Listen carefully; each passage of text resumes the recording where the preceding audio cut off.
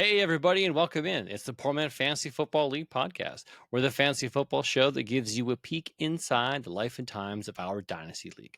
I'm your host, Mike, and with me, as always, is my friend Andrew. And this week, we're going to be breaking down the NFC South Division with special guest Juan. It is Thursday night. We're doing it a day late, but not a buck short. You know what, Andrew? How you doing today, buddy? Good. But I thought we were doing the NFC East, not the NFC South. Oh, did I do that? I forgot to update the verbiage, but this is why I have good friends around me to help pick up the pieces when I fall down. So it is the NFC East division. I can't keep division straight. I only know one, and that's the NFC North. It's the only one I know. Well, there you go. Mm-hmm. They're like the fourth most important division anyway. So sure, right? We're on the rise. I recognize we're not the most important, but we're on the rise. We did bring in our friend Juan, who we haven't had on the show in a while. Juan, how you doing, buddy? I'm doing good. Doing really good, actually. Now, before we hit the recording, we talked a little bit about your upcoming drafts. You have a family draft this weekend. You have a combine scheduled for that. That sounds like a lot of fun. I look forward to seeing some pictures and some videos of whatever shenanigans you get up to. And then you have a work one with our commissioner, Donnie. Is Tony Jackson in that one too? Yeah, Tony is. I think you guys have met Byron in a couple of the leagues already. Yeah, okay. So let's talk about that incident from today real quick. The simple man, that was a surprise for me too. That was fantastic. I was hooked hard. Now, for those that don't know, Donnie is a consistent practical joker, but he has classic joke that he does quite often. And that is where he like rage quits a league where it looks like he types out, Donnie has left the league, or where he's a commissioner, he's like, commissioner power is used to eject and pray from the league, right? He'll do that kind of stuff. And if you're not in the chat, sometimes it looks like this has actually happened. We now know it doesn't actually go down, but today it did. So Donnie got onto the chat. He talked some trash about Tony. He was really mad. At least that's what it came across as. And then legitimately kicked him out of the league. And it's like, whoa, what? And you could see people like, what is happening? What is going on here right now? And I'm literally in the middle of an installation at work. I take my hands out of my equipment rack. I'm looking at my phone because I'm like, what is going on? Why am I getting these? I'm like, oh my goodness. So I have bad reception. I leave the building. I'm pulling my phone out. I'm like, what is going on? What happened? Lo and behold, it's just Tony telling a joke. Tony and his co-manager, co-owner, Byron, they're swapping spots. Byron's going to be primary, and the only way to do that is to kick the primary out of the league, make the co-manager the primary, and then add Tony back as the co-owner. Okay, well, you got us good, man. That's classic, though. Tony likes to be in the background. He's a background dancer. Yeah, I've tried to get him on the show, and he's just nope. Well, for the longest time, I always said Juan and Tony were the same guy anyway. Yeah, nope. He's just shy. He's just shy. That's okay. So Byron, is he new to fantasy football? How well do we know Byron? So I want to say Donnie convinced him to do it like maybe a year ago. So last year in our home league, our work league, it was his first year. He did okay. All right. Put it that way. He did okay. All right. But it was rough. Fresh meat. Let's go. Yeah. Sharpen up your knives, boys. We're going hunting. Oh, yeah. But Donnie's been coaching him. Okay. So now, like, when we pass each other, we have certain conversations, and I'm sitting there listening to what Byron's telling me, and I'm like, wait, you didn't know that kind of information last year.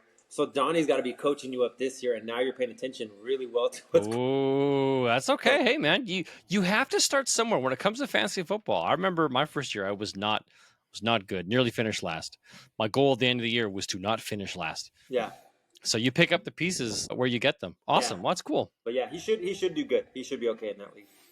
All right. Well, he's got Tony backing him up too, right? So he's not completely alone, but kind of alone. All right. What are some other things here? You know what? Let's talk about some news real quick, boys. We are going to be talking about this team later on in the show, but the Washington Commanders traded away Jahan Dotson to an in-division, which I thought was absolutely wild. An in-division rival in the Eagles. Okay, first reactions. Juan, what was your first reaction when you saw this? I was excited because I picked him up in one of the other leagues I'm with Donnie in that we've been okay. I picked him up in like the 11th round or 12th round, something like that. Oh wow! Okay. like a throwaway pick. So Donnie decided to make this league, and it's got like, I joke with him, it's probably got like 20 rounds, but it feels like it's 80 rounds of draft. Right? We've been doing it for like 4 days. So it was a little throw. Slow draft. Yeah, a bench filler pick, right? And then I like him just because he's got that rookie QB, so maybe something will happen, right? Maybe. Okay. And then I see him, go over there with the Eagles, and I'm like, man, like his standing in my book kind of jumped a little bit. Okay. All right. Interesting. Andrew, what was your opinion? What was your take on it? Very similar to Juan's. Like, I think it's going to be a new situation for him, an established locker room with established players that he can just kind of fit in as the number 2 guy, like the number 2 wide receiver there, and probably have his best year, or potentially have his best year. I'm in agreement that I think it's an upgrade in situation. Now, granted, he is behind Brown and Devontae Smith, but Devontae Smith is projected to be the number 1 wide receiver in, say, 2 years. That gives Jahan Dotson time to work his way to be the solid wide receiver 3 for when A.J. Brown does either retire or essentially fall off a cliff. So I like it for long term. This kid showed up 2 years ago, didn't do so much last year, but that could have been just Sam Howell and the system. Yeah. So I don't know. I think it was a steal of a deal. What was it like? I think it was a 7th round conditional 7th round or 6th round pick, and Jahan Dotson for a 3rd. So a former 1st round talent that still has his 5th year option enabled.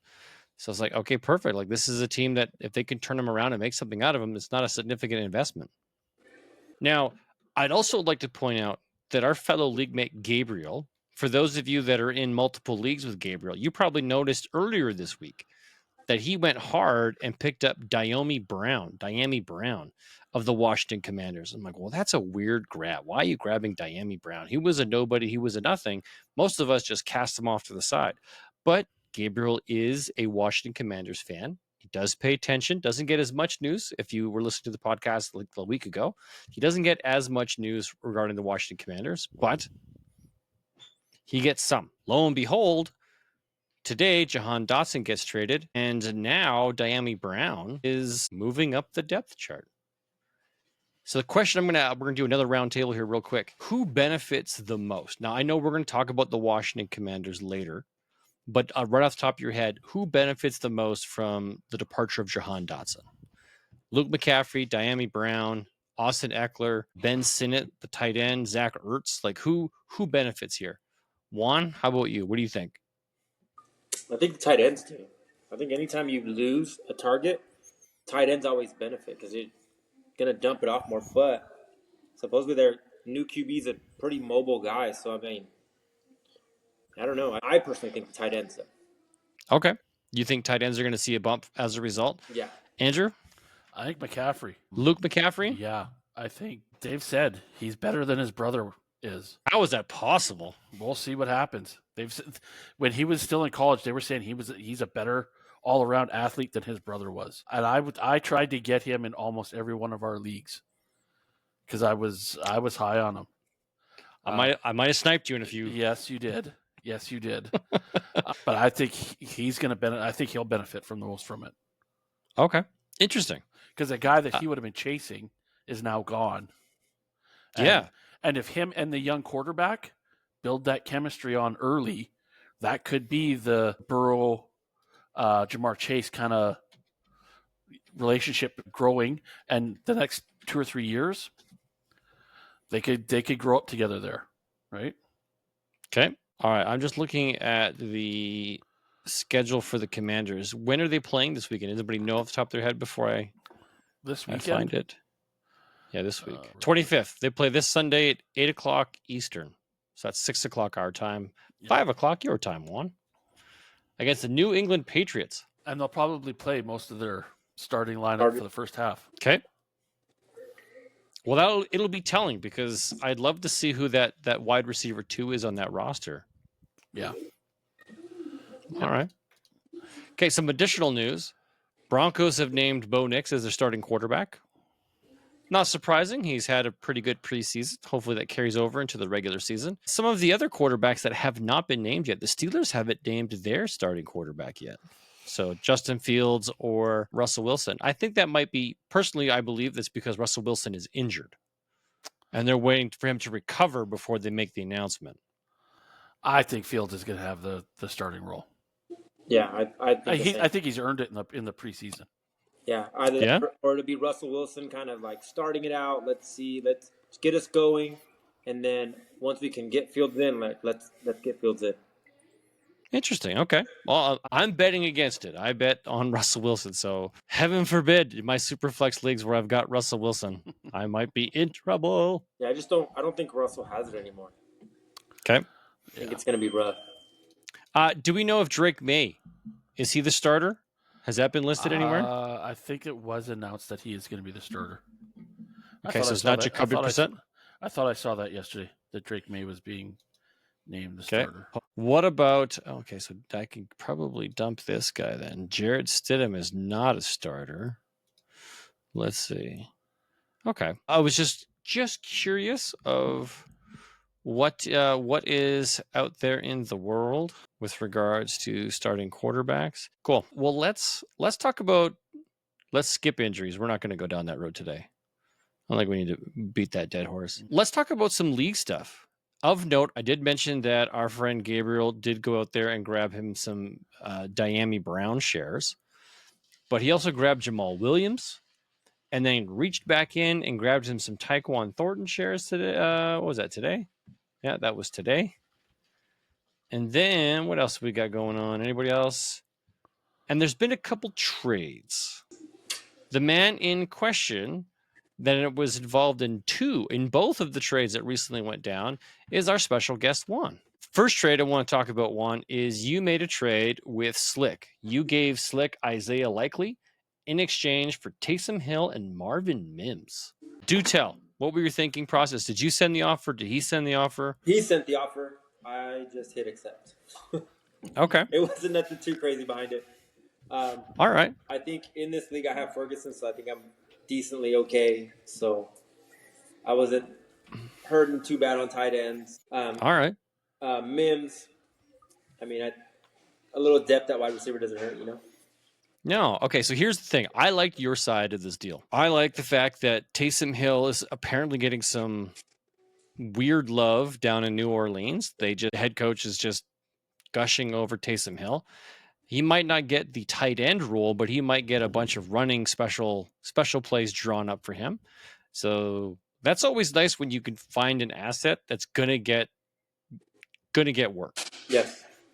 And Marvin Mims, now we're not a league that recognizes special team yards, but Marvin Mims might be very successful in the new kick return format. So maybe he'll earn himself a spot on the starting roster just by playing well in special teams. And there's not a lot of depth beyond Cortland Sutton at the wide receiver room. So yeah, so there may be a chance that he actually earns himself up on regular playing time. So I know I like that trade. I really like that trade for you. Yeah, I know what I did look at is see who the owner of Andrews was, because I thought it was him at first. I'm thinking, he's just trying to shore up because Andrews does tend to get hurt, but it does, yeah. Who is the? I remember looking. Hold on, it's not Slick. I think it's Lab, maybe. Hold on. Gabriel Laberbus. Is it Ice? Marvin. Yes. Marvin. Okay, well that's interesting. So yeah, then I thought, well, maybe he's trying to make a trade with Marvin for something. So yeah, might as well help. And then you go in a day or two later. Today, you make another trade for tight ends. It's like, man, you're tugging at my heartstrings here. I'm loving all this tight end action. So you made a trade with Gabriel this time. You sent Luke Musgrave and a second for Pat Freiermuth and a third. Yeah. So that was definitely let's accept it. It wasn't anything. Didn't think about it. Just okay.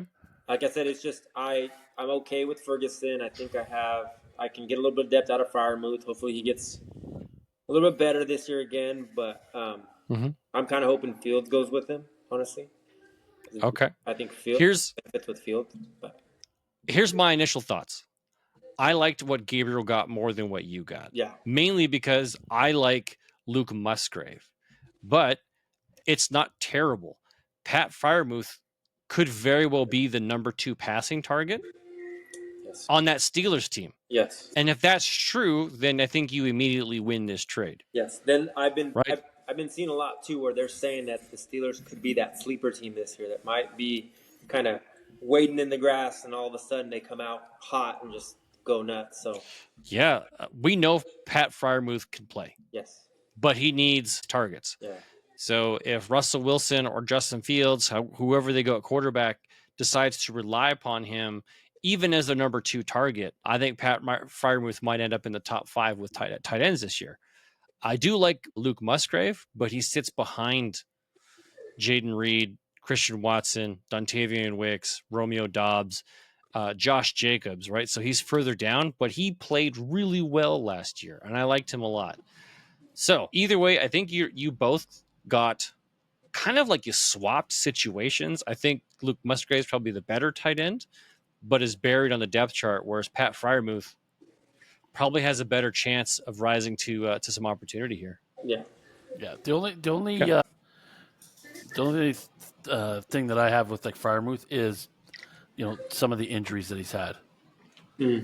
Just stuff that just lingers on. He gets hurt, and it seems to linger on a lot longer than some other guys, right? So, yeah, I'm a Pat Freiermuth fan. I like him. I thought he was going to be the next Travis Kelce, but he's just got to stay healthy. Okay.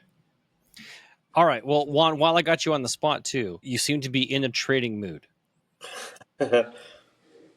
I bugged you earlier. Well, this is like a couple of weeks ago now. I'm looking for some wide receivers. So if you are looking for maybe a running back, which I think I've got some good depth at, I would be interested in maybe grabbing some of your old men on your roster.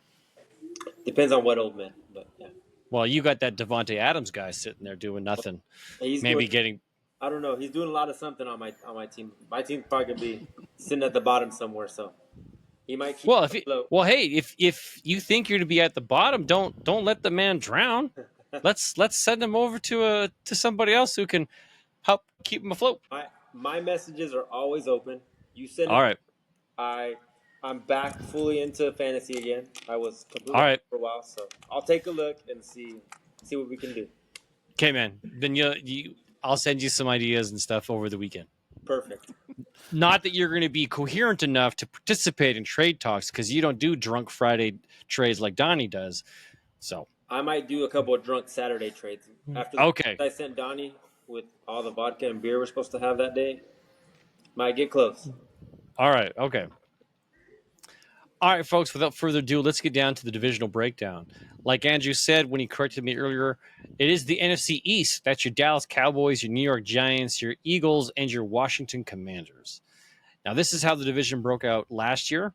Dallas did take the division 12-5. They were consistent throughout the entire year, although they did lose a couple weird ones, particularly to the floundering Arizona Cardinals. The Philadelphia Eagles started off strong, finished kind of cold, but went 11-6. The New York Giants, they battled their way to 6-11, and the Washington Commanders barely made it out of the season at 4-13. Now, all of these teams have had some significant changes made to their rosters, either by choice or by attrition. Dallas is sitting with contract challenges on the offense and defensive side of the ball. Philadelphia lost Jason Kelce, so the tush push is, I think, off the table, but they did land Saquon Barkley. The New York Giants still have Daniel Jones as their quarterback, but they did draft Malik Neighbors. Washington Commanders did a complete overhaul coaching staff. They got Jaden Daniels, which they just named as a starter. Let's see how it breaks down. Now, I noticed both of you guys have left your fields blank, so I'm going to reveal mine first, and then we'll go through your guys. I think this is a Dallas division to win again. I have them doing it going 11-6. Just going to put a little star here to show that it's Dallas that wins, but I have Philadelphia also going 11-6. I have the Giants repeating at 6-11, and I have Washington getting an extra win going 5-12. My biggest concern here is Dallas, if they can't figure out how to make CeeDee Lamb happy, this team probably doesn't get double-digit wins. And then it's going to be the Eagles winning this division. That's my caveat here. With CeeDee Lamb on the field, I think the Dallas Cowboys are the best rounded team. The changes the Philadelphia Eagles have made will make them contenders, but I don't like the changes year one for the Giants and Washington. At least not with Danny Dimes on the team. And Washington's got a brand new rookie quarterback, so I don't expect big things, but a little bit. Which one of you guys would like to go next? Sure, I'll go. Andrew's in, chomping at the bit. All right. I see two of these teams taking a step back. I see one of them taking a bigger step forward, and the last team taking a giant step backwards.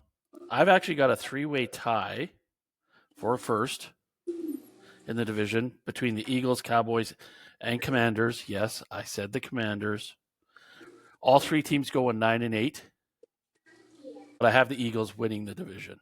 The reason I have Washington winning so many more games is I think they're going to feast on the Giants twice, and they're going to split the other two. So that's going to be four of their 9 victories right off the bat. I don't see the Giants. I would be surprised if the Giants get 3-12. That's where I have them, and I'd be surprised if they actually hit that.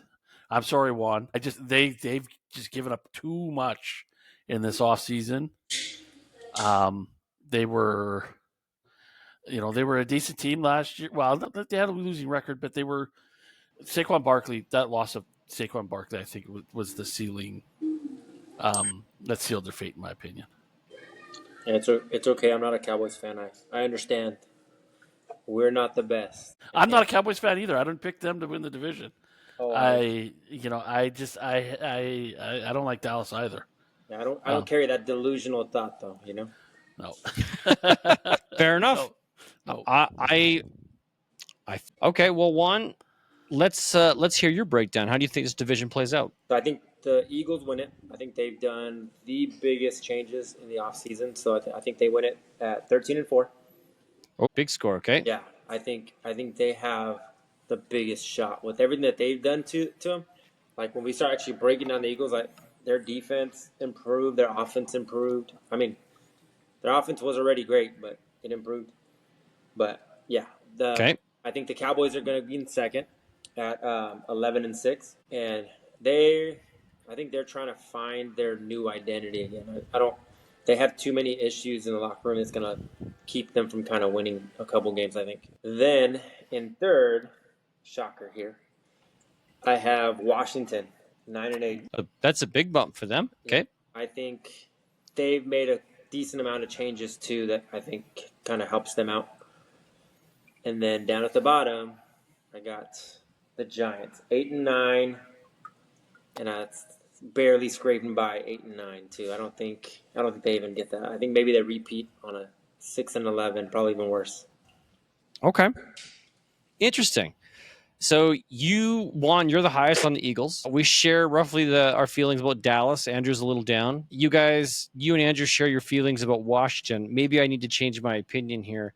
I do like the changes they made. I just don't feel year one does that really pay off in a significant amount. Do you see a massive uptick in performance? But okay. But your Giants 8-9, I do feel that's pretty aggressive.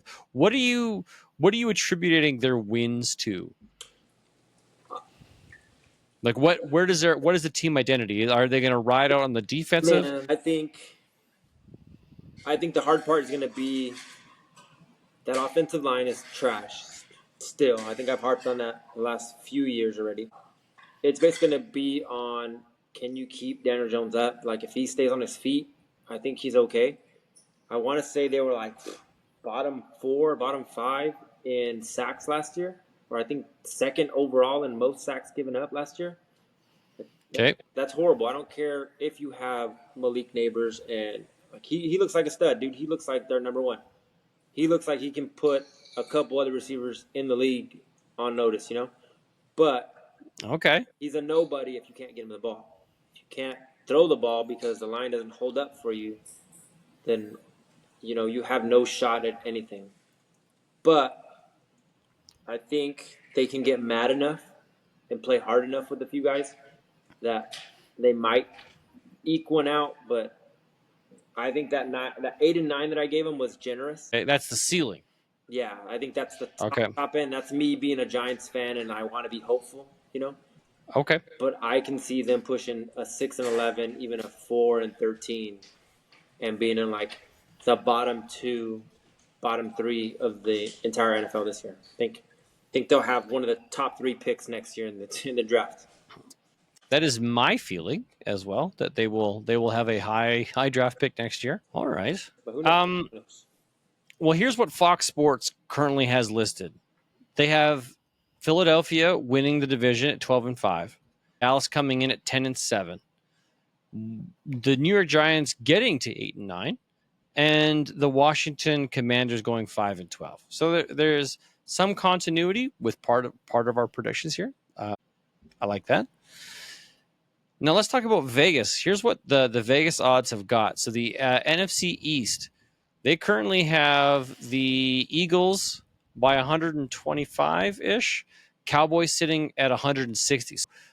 That's not a big swing between 1 and 2, but there is a 1,000-point drop-off to who comes in third, and that's the Washington Commanders at 1,100. And then at 2,000, the New York Giants. So the Giants have the odds of being one of the worst teams in the league, according to these Vegas odds.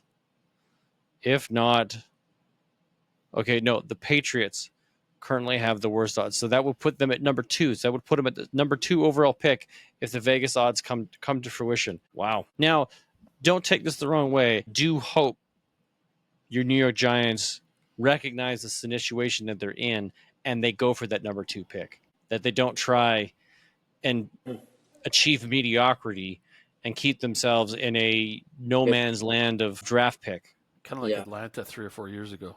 Yeah. And a couple years ago, we were talking about how the New York Giants had really good draft. And then unfortunately, those guys didn't pan out. Like on paper, it looked fantastic. When you get a work. guy like Kadarius Toney, who everybody was high on, and he did, like you said, his leap from college to pro just did not translate. No. I still remember when they were talking that he was going to be better with the Chiefs, and he ends up still doing trash over there. I just think he was too high on himself, I think. Yeah, I don't even think he's going to have a job here very soon. I think the Chiefs are probably going to move on, let him go. I would. After what he did to them last year, nearly costing them the season, nearly costing them a playoff berth, there's a reason why he was a healthy scratch towards the last couple games and into the Super Bowl. It's like you don't need a guy who's going to give up the ball either through tipped passes or fumbles. It's just you don't need that. Or lining up offside altogether. Jeez. Yeah. It's just terrible. All right. Well, let's do a quick recap. I have Dallas winning the division 11-6 with a tie of Philadelphia 11-6, the Giants going 6-11, and Washington 5-12. I might be down too far on Washington.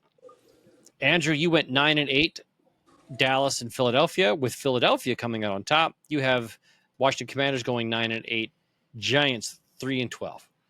Juan, you've got the Philadelphia Eagles winning the division 13-4, followed up by Dallas 11-6, the Washington Commanders 9-8, and your Giants, the peak of their season could be an 8-9 season. I hope they don't get there because if their team is really not that good, it should be further down. Yes. Get that draft pick. Now let's talk about these depth charts. We're going to start with Dallas because they finished number 1 last year. Current depth chart looks like this. Dak Prescott, followed up by reunion running back Ezekiel Elliott. Rico Dowdle is currently listed as their number 2. Wide receiver CeeDee Lamb and Brendan Cooks. At tight end Jake Ferguson. The only rookie they drafted was Ryan Flournoy in round 6. Probably not anybody we're ever going to hear about again. Now, very potent offense when CeeDee Lamb is on the field. If CeeDee Lamb is not in the field, I'm not sure this team can make it happen. Yeah, I fully agree that they need to they need to shore up those contracts, or it's going to be a distraction the whole year. Yeah, and I think that's what's going to cost them the division. Is they're going to lose a couple of games because of the distractions and all the garbage going on and guys bickering back and forth about stuff. Especially if he's playing, especially if CeeDee Lamb is playing for, he gets halfway through the season without a contract. Now he's starting to think, I gotta prove that I'm worth this money. So get me the ball, get me the ball, get me the ball, get me the ball. And him and Prescott start getting into a problem. Kind of like Allen and what's his face there in Buffalo last year, Diggs in Buffalo last year and the year before, right? So I think that's good. Unless they start cleaning up that locker room, that's going to be a problem all year for them. Yeah, I think the same. I think the contract issues are going to get to them. But, I mean, they're building off of decent numbers. They were top 15 all offense, top 10 in their defense. I mean, they lost to the Packers, which I think I heard something that said it was the first time that a 7th seed made it past the first round of playoffs ever. And it was to the okay. They just seem to choke. I don't know. I still think it's a Dak thing. Dak doesn't seem to. I think he's allergic to playoffs. I don't know. It might just be a Dallas Cowboy thing. But I mean, there are guys that are like that, right? You look at from Cincinnati, Palmer, right? The team was close to winning the division every year, but he couldn't win a playoff game. Yeah. So there's lots not Palmer, Andy Dalton, right? There's lots of guys that once that spotlight hits them, and you can tell, even when they're the national game on Sunday night or Monday night, they don't ball out like they would on a Sunday morning. Pressure. Yeah, and I think that's all of Dallas's MO, right?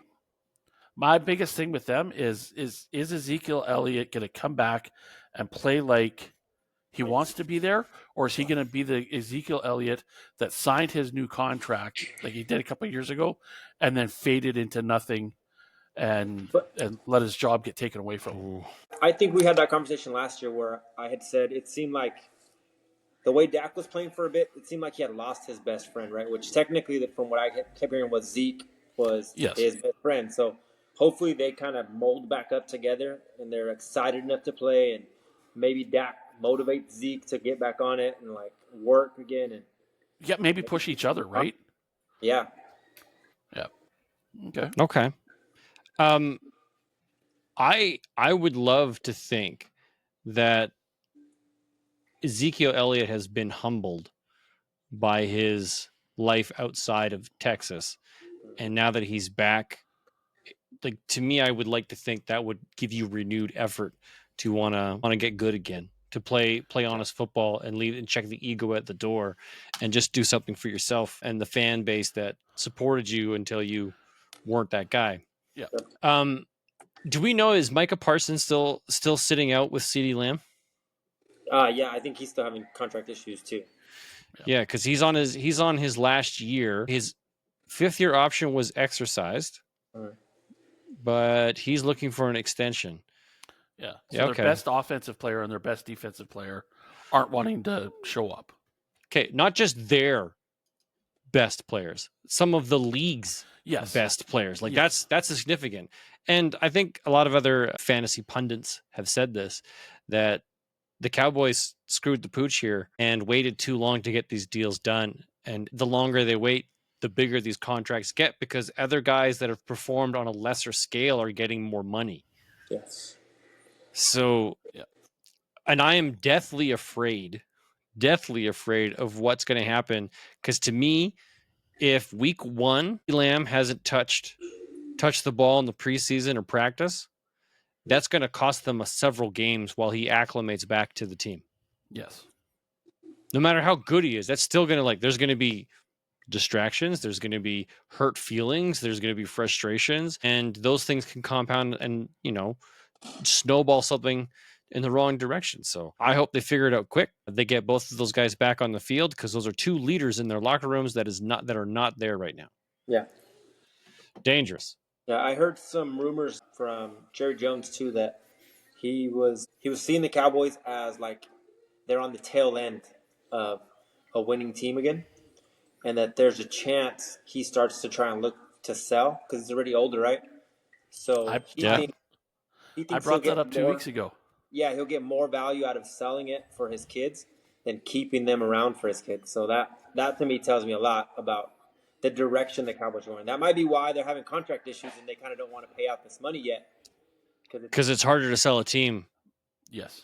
Yeah, I think Jerry Jones not wanting to step up to the plate, Oh man, okay. Sign these players, lock in great players to this team, and then sell them. Yeah. Add value. It's like renovating your home.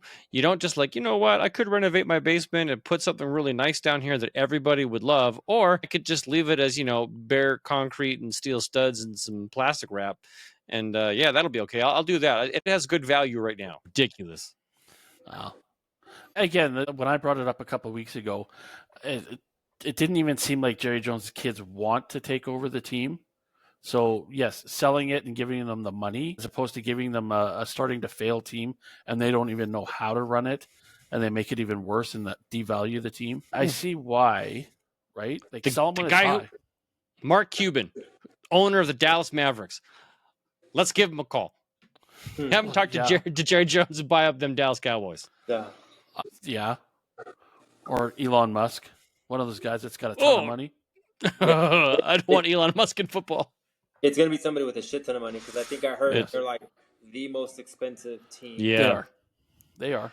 It's probably going to be double-digit billions. Yeah, then I think I heard that like he owns the building, so it's going to be building rights and everything. They're going to go, all that stuff. See, that's how you do it, man. It is how you do it. You got a good product. Yep. Everything is worth something. And he probably had the city build the stadium for him for free to keep them there. Anywho. Okay, let's talk about them Philadelphia Eagles. Love the roster. Jalen Hurts, Saquon Barkley, A.J. Brown, recently acquired Jahan Dotson, Devonta Smith, tight end Dallas Goedert. They did draft some rookies, running back Will Shipley, round 4, wide receiver Anaya Smith, round 5, wide receiver Johnny Wilson, round 6. I think we can probably forget those names because I've never heard them before, and I really do like the name Jahan Dotson. I thought Will Shipley was drafted last year. Guess not. No. I also am hearing good things about Will Shipley, that he might actually be the number 2 instead of Kenny Gainwell. Philadelphia really hasn't had a superstar running back for a while. LaShawn McCoy? What was that, 5 years ago? If not longer? Yeah. So, I mean, they've had a revolving door in their running back room for a while. I think Saquon Barkley is going to run away with it this year. Mm-hmm. I think if anything, the team, it's going to hurt Jalen Hurts, his numbers, because now he doesn't have to run. He doesn't have to. That's to say, he doesn't have to. But that's just it, right? Like, I think it helps the team overall, but it hurts his numbers as a fantasy manager. I think that's what killed them at the end of the year last year, though, with the Eagles, was it almost seemed like Hurts was getting smacked every chance they got, and he stopped wanting to run the ball. Yes. So this might help them. That's what I mean. Yeah. I think it's good for football. It might bring back some of Jalen Hurts' numbers, so he's not like absolutely elite, but still respectable. Yeah. Because look what. Go ahead. Yeah, he'll still do decent, even not running the ball as much as he used to. I think he'll still do good just because he's not getting hit as much. You're not getting smacked every other play. Like, you can sit back. He knows how to throw the ball. I mean, he can easily throw the ball. He can easily move his feet pretty decent. So I think he'll figure it out. But it just saves his body a little bit. Okay, let me ask you a question. Last year, Dak Prescott had what could have been called an MVP season. At least from a fantasy point of view, he was amazing. Do you think Dak Prescott's better than Jalen Hurts? I think he's got more experience. That's about it. That's about it, right? So I think I don't know. I would almost say yes. Yeah. You'd almost say yes. Okay, and I think from the fantasy standpoint, it's because of the weapons he has on his teams. Yes. I mean, AJ Brown is a great wide receiver, but when you've got Elam, Cooks, who else did he have last year? He had somebody else last year too. He had a decent tight end last year. I think he's got more weapons. He has more weapons, which helps him out. I would argue that the Eagles are on par, if not better. I would rather have AJ Brown and Devonta Smith than CeeDee Lamb and Brandon Cooks. Okay. CeeDee Lamb is your elite. Brandon Cooks is mediocre to forgotten. Devontae Smith and A.J. Brown. A.J. Brown is on the cusp of elite, and Devontae Smith is always relevant. Okay. Right? Now you've got Saquon Barkley, a true number one running back, whereas Zeke is not. Zeke, again, is almost on the forgotten list. Tight ends, I think that's a wash. To me, it's going to come down to, does the new offensive coordinator or new coordinators in general for Philadelphia, do they hit? Because last year, they did not. Well, I guess you know what, this is going to make our next section interesting picks. It is. It's going to be really fun because there is some sweet talent in this division. Yes. I think you have it on here. You have their rookies to look at, but I think their two bigger rookies that they hit on was their first round and their second round pick. Yeah, they're two defensive dudes. Yeah. So I was looking at numbers, and the Eagles were ranked top 10 in everything offensively, right? But when to defense, they were in like the bottom 4 teams defensively. I think against the pass, they were like almost dead last. And that's what they addressed. So they addressed their secondary really hard, which should bump their defense up. That's why I think they're going to have the record they have, just because they addressed the issues they had. They added a couple of key things to their offense, but their offense is already great. What they added to and built on was their defense, and that's where they were hurting last year. They were getting torched last year. The only reason why they weren't losing was because their offense could go and put the numbers back up. But now they have a defense that can stop a couple teams.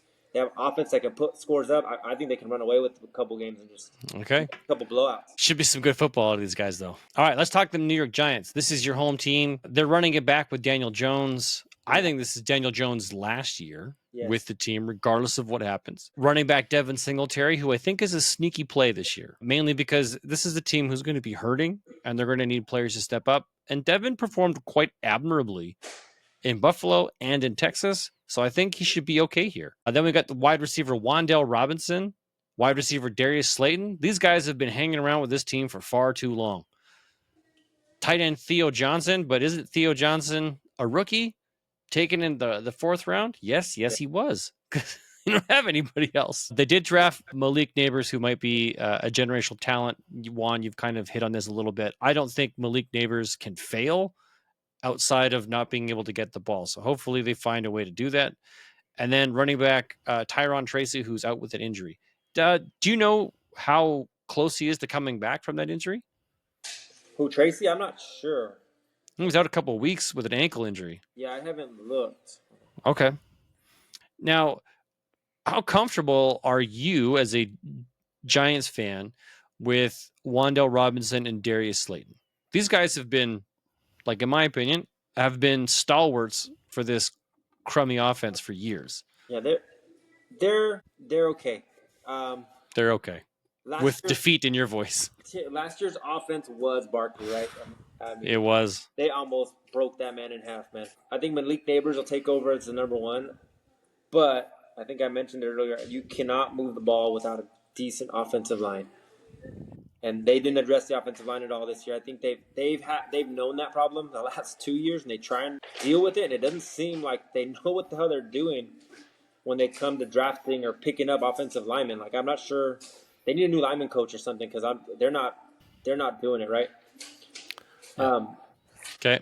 And it reflected really well last year when we're talking about Daniel Jones not being as great as everyone thought he was, right? He was picked number 6 in the first round, but I think the bigger issue was that line, and you've seen it last year with Barkley trying to run the ball and getting smacked in the mouth in the backfield.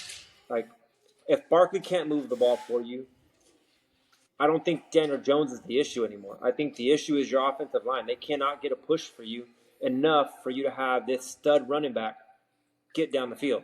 Yeah. So you're addressing the wrong issues. Don't go after a wide receiver. Don't go after a defensive guy. Beef up your offensive line. And I don't think they did that. Okay. I don't know who said it, but I'm going to say this is like an old football proverb. If you want to have a winning team, you build a winning offensive line. Yes. You start with your line, and then you build around it. Yes. Once you have a line, then you can work on protecting and developing your quarterback. If you can't protect and develop your quarterback, no matter how good he is, he's never going to work. Yeah, because I know I personally was looking at some of Daniel Jones' stuff. He's not terrible. He's not too bad when he's actually given time to do what he needs to do. Like, let him sit in the pocket, do what he needs to do, and the guy does what he does. Like, he's not bad. He can't run the ball for crap, but he can, he can throw the ball around. And when he is running the ball, he drops it. Yeah. Okay, or he stumbles over a blade of grass. Yes. Yeah. I'll never forget that play. That's fantastic. He's got like 80 left feet, man, and only goes one direction. That's it. Yep. But if you have a pocket passing QB, don't you want to build a nice pocket for him? Like, if you can't build a nice pocket for a pocket passing QB, what are you doing? 100% agree with you on that. Yeah, you're right. Like, if he had from day one, if he had a stellar offensive line, maybe he was a top 10 quarterback his whole career. But getting his head kicked in every other play doesn't help. Changes you. Yeah. Yeah, I've been saying this issue since Eli. Like, the last year that Eli was there, when you see him startled and on his back, like, his offensive line was letting him down. Yeah. And I think I had told a couple guys at that point, like, you can't do anything when the defensive linemen are in your face. Like, get them out of your face. Yeah. And you don't have a running QB, so you need your offensive line to pick up the slack, and they're not doing it. Fully agree. Okay. Well, let's talk about them Commanders then. Can remove this guy off the list. Cut. Paste him up here. Cut him off the team. He got traded. I'm going to cut Jahan Dotson and add him up with the Eagles. All right, so here we go. The Washington Commanders. They're going to go with rookie quarterback Jaden Daniels. They drafted round 1. They have Brian Robinson and Austin Eckler. I'll come back to that in a second. Terry McLaurin is clearly the number 1 wide receiver. Currently the only known wide receiver, Diami Brown. I should probably list him here now. Wide receiver, Diami Brown is listed as their number 3 wide receiver on the depth chart. Rookie round 3 pick Luke McCaffrey is listed as the number 2 on the depth chart. They did draft tight end Ben Sinnott round 2. This team is very young at some of its key positions. Where they have experience is Brian Robinson and Austin Eckler at running back and old man Zach Ertz at tight end. Okay. Andrew, I know you want to go. I'll give my quick little synopsis here. I like Jaden Daniels as a quarterback and what he can deliver. He passes, he runs. This is a guy who can do some amazing things. However, Cliff Kingsbury, his new offensive coordinator, who did great things for Kyler Murray, but ran an offense that doesn't seem to match Jaden Daniels' style. Jaden Daniels can move the ball downfield. Cliff Kingsbury likes to move things fast, short passes, dink and dunks. Not conducive. So not overly excited about that. Brian Robinson is kind of a left for dead running back. Austin Eckler, I don't know if there's anything left in the tank. I would like to think there is something left in the tank. I have heard some weird comments coming out of the coaching staff about Austin Eckler that they're very excited to have him on the roster and they don't know why he was available on waivers, why he was cut. So they're very happy to have him. So maybe there is something here to be had. And then Terry McLaurin. How do you be a wide receiver 1 with Terry McLaurin, who has never had a stable quarterback his entire career? And to me, it's very frustrating to think that this guy's now got no Jahan Dotson and he's got to trust a brand new rookie to offset the coverage. Like, this guy could be double teamed and they could stack boxes, and could this offense flow? And then Zach Ertz, I think Zach Ertz is an admirable old tight end. So maybe he's just there for guidance and security. But obviously some of his best years were with Cliff Kingsbury when he was with the Cardinals. Hopefully it's a one and done season and he's out and Ben Sinnott can move up. Those are my thoughts. Andrew, take it away. A lot of what you said, it all makes sense. I'm not a Commanders fan, right? But when I look at this team, it's a young team that could be hungry. They could be. Their ceiling is a lot higher than a lot of other teams. If they get hungry and they play together as a team, they could do good things. I think Jaden Daniels is going to surprise some guys, and McLaurin and McCaffrey are going to benefit from it. I like what you said about Austin Eckler. Why was he available? Well, because he wanted more money and he was on a team that started the season strong and then everybody gets hurt and they don't even make the playoffs. and he was probably getting sick and tired of it. Come to Washington and get on a team that's a younger team that could be hungry, that could take you to the playoffs, and see where you go from there. I agree with Zach Ertz. This is probably his swan song season, and if Ben Sinnott can produce, maybe by the end of the year, he's the starter over Ertz, especially if Ertz has like an injury plagued season again. So I think these young guys could step up and. Okay, when you made your comment about Ertz, what immediately popped into my head was, move, Ertz, get out the way, get out the way, Ertz, get out the way. Pretty much. Yeah, that's, it's he's on his way out. His best years were when he was with Philadelphia.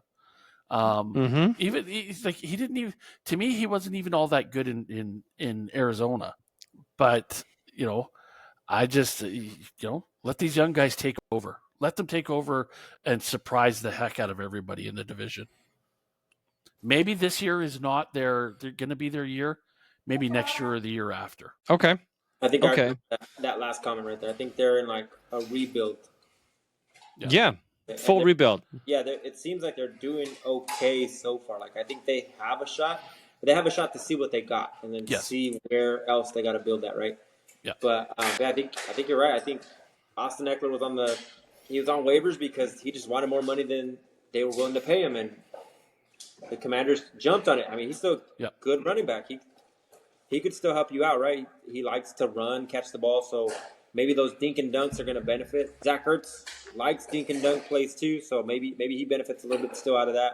Make him look like a star at 80, but who knows? I think Ben Sinnott is a rookie too, right? So maybe that's where they go and they start bringing in some of these rookies like McCaffrey and Sinnott, and you start letting your rookie QB build a rapport with them and start dumping the ball onto them and figuring it out. Yeah. And I think if they have a successful season, like I have them at the 9-8, next year they load up on defense, and then we'll see a good, solid, all around team. If they have a good year, then I bet you they'll be able to attract some good free agent talent, and then spend their draft capital to fill in like the holes where they need. Because nobody wants to go to a losing team unless that team is paying a lot of money. Take Calvin Ridley, for example, got paid a stupid amount of money for a team that isn't going to win much. Yep. So, like, if people get into and buy into the system here in Washington, this is a team on the rise. Yes. Let's see what happens. And I'm sure Labor says when he listens to this podcast is just going to be pumping his fist in the air. I would make a French joke right now, but my French accent is terrible. Okay. Yeah, we'll just leave it at that. All right, you know what, folks? Now we're going to get to the last part of our show where we're going to be doing mini fantasy draft. We're going to take the best 5 players we think out of this division: quarterback, running back, wide receiver, tight end, and flex. Now, you guys didn't populate your fields, so I'm going to reveal mine. First up, we're going to go quarterback. To me, it's really between Dak Prescott and Jalen Hurts. Maybe on the outskirt, you could do Jaden Daniels, but I'm not brave enough to invest there. So I'm going to go with the guy that I know has the highest ceiling, and I believe that to be Jalen Hurts. Dak Prescott, especially if CeeDee Lamb doesn't come back, might be a very scary pick. So I'm going Jalen Hurts. Andrew? I got Prescott. Dak Prescott. Okay, fair enough. Tiebreaker? Juan, where are you going? Yeah, I'm going to go Hurts too. I think the uncertainty with Dak is kind of hard. Okay. Running back. Did anybody pick someone other than Saquon Barkley? No. I doubt it. Okay. All right. Question for you. Wide receiver. I do have CeeDee Lamb here. If CeeDee Lamb plays, I think he's easily the number 1. I'm just concerned that he's not going to play a lot. And he's going to play. Okay. Andrew, you CeeDee Lamb then? Yes. I think he plays just to stuff it in Jerry Jones's face to say, you now are good. If you're not, it's going to cost you more. I'm going to ask for double next year if you're not giving me what I want now. Juan, who do you got? I'm going to go with AJ Brown. Ooh, AJ Brown. Great choice. Is there really anybody else to consider here? I think AJ Brown is greater than Devonta Smith, so I don't Devonta Smith isn't in question. I don't think Terry McLaurin with a rookie quarterback is in question. So really, it's just CD and AJ. Yeah. Okay. Tight end. To me, not as clear as could be. I've taken Jake Ferguson. I took him as well. I'm surprised you didn't go with Ertz because you used to be a big fan of his. I was, yeah, but not now. Like this is there's a certain point in a guy's career where you perform and then you just stop performing. And I think that's as well past his performing years. So hence you singing the song. Yep. Move, Ertz. Okay, anyways, Juan, who do you have as your tight end? I'm going to go with Ertz. Oh! No way. Yeah. My thought is it's a rookie QB. I doubt they're going to let you sling the ball too much, right? If you're a QB, that means you have to have mobile tight end. Ertz is decently mobile enough. I think he's going to get around. He's going to be that little short target, like, okay, I can't go downfield. Let me dump it here. So yeah. I think that's what it's going to be. He's not a yardage guy. He's going to be a PPR guy. Yeah. He could be a touchdown guy, too. Yeah. Yeah, in the red zone. Yeah, so okay. Ooh, that's interesting. Like it. Okay. Flex play. This is where I've got AJ Brown. I think out of the talent that is in this division, it's hard not to have both CeeDee Lamb and AJ Brown on your roster. So I took AJ Brown here. Andrew, who do you got? Yeah, I've got him. Okay. So we differ only on Dak Prescott so far, you and I. Who do you have as your flex play? Yeah, man. I'm going to go with CD too, but man. Yeah. Like there's a good shot with like Malik Neighbors because that's all you got with the Giants, right? So I think he could be him the ball. Oh, okay. So I was listening to Fantasy Footballers, and they talked about this kind of very scenario where Malik Neighbors is in a unique situation where he could be force-fed everything. And they talked about his draft capital right now. So where he's going in redraft is round 4, which is the second highest place for a rookie wide receiver to ever go in redraft. With Marvin Harrison going at the end of the first, beginning of the second, being the highest ever for a rookie wide receiver. And then they started saying, hey, if he had a record-breaking rookie wide receiver season, what would that look like? So they said, okay, well, let's just say they beat Puka Nakua's records. Well, where would that put him? Well, that wouldn't put him in the top 10. That'd put him in the top 15, but it wouldn't put him in the top 10 finishers. So the investment you were making at that point is challenging. Malik Neighbors, on the other hand, if he does the same thing, if he breaks Puka Nakua's records, getting him in round 4 is a steal of a deal. Yeah. But he has to have that rookie record. But he's in a position where he might actually be able to return on that investment. So you're not wrong. He could have a top 15 finish and be a solid flex play for you here, which is over 80 receptions, over 1,200 yards, and I believe 8 touchdowns. Like that doesn't seem like a lot. Like if he's an elite guy, he'll be well above 1,500 with probably over 100 plus receptions and probably double-digit touchdowns. And that's where the elite happen. That's doable on a team where there's nothing else. Yeah. But my fear is you hit the nail right on the head that there's nothing else. Their offensive line won't hold the defense back enough for Daniel Jones to be able to get him the ball that many times and for that much yardage and for that many touchdowns. Yeah, I think that's if he had been on any one of the other teams in this division, you're right. Maybe he does pull up Puka Nacua numbers. I just think who the Giants are is going to hurt him from having that record-breaking year. Yeah. And my biggest thing, I think, is maybe in the beginning in the first few games or so, he does amazing, right? Because he's a rookie. So are you really going to scheme against him at Exactly. first? Right? Exactly. So maybe once they figure him out, it might be a little bit different. But, man, I don't know. Maybe between him and Wandell, if Wandell can take the heat off him for a little bit, I mean. That's the only way it's going to happen. You look at the Rams with Puka. He had other wide receivers that the defense had to pay attention to as well. Yeah, they had to respect. With Malik Neighbors, if he is the only guy on the team doing anything, well, okay, we'll just double team them or triple team them and take them out of the equation. Yeah. All right. Well, let's do a quick recap here. My team looks like Jalen Hurts, Saquon Barkley, CeeDee Lamb, Jake Ferguson, and A.J. Brown in my flex.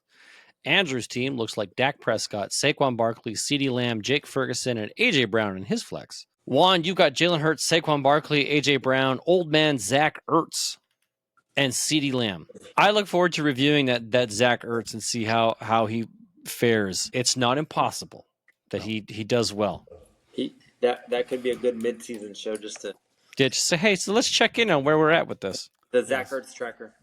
The Zach Ertz tracker. We got to get that. Okay, so I don't know if it's a thing down tracker. It's a Zach Ertz Santa tracker. It's a Zach Ertz tracker. We have a train tracker here in the city of Edmonton, so you can track how long trains sit in the way because we have a very old rail system that passes through a city, and it kind of cuts off some key roads where you could be sitting for long periods of time. Now we have a law that says no train can sit for more than 15 minutes, but it only has to move so many feet before that resets. So if the train is coming through the city and they park it because they're doing whatever it is they're doing, and oddly enough, right now we happen to be going through a major nationwide train operator strike. But if that train sits there for a long period of time, there's these little apps you can follow to see, where to avoid. Don't take those roads because there's congestion and stuff. So I have a train tracker, and a radio station I listen to, when they do the train tracker, they got a little song that plays and it goes, "Move train, get out the way, train," and which is funny because I just said, move Ertz, and you said tracker, and that's where my mind went. So now we need a Ertz tracker with a little sound clip that we can play. I think that'd be fun. Wow. Wow. The Bears are destroying the Chiefs 33-7. Oh. In some preseason football. Yes. And the Colts beat the Bengals 27-14. Wow. Okay. I wonder how much the starters played. Yeah. Yeah. All right. Oh, better not have played anything with those scores. You'd hope not. Well, unless the Bears played their starters, but the Chiefs played their, right? Probably. I could see that. Possibly, yeah. All right, folks. Well, thank you very much for sticking with us. Juan, we greatly appreciate you. I know you're a busy guy. Thank you for being on the show, carving out some time for us. That does bring us to the end of today's show. Thank you for following us. You can join us again next week as we have Gabriel back on the show to do the infamous NFC North, which is going to be a lot of fun, my favorite division. You can follow us on Twitter, TikTok, Facebook, Poor Man Football, all one word. You can also give us a like and a share and even leave us a review wherever you get your podcast. Remember, we do this for the its and the giggles. That's it from us. From one poor man to another. Remember, if it's not fun, it is not worth doing. Good night, everybody. Have a great week, everybody. Good night.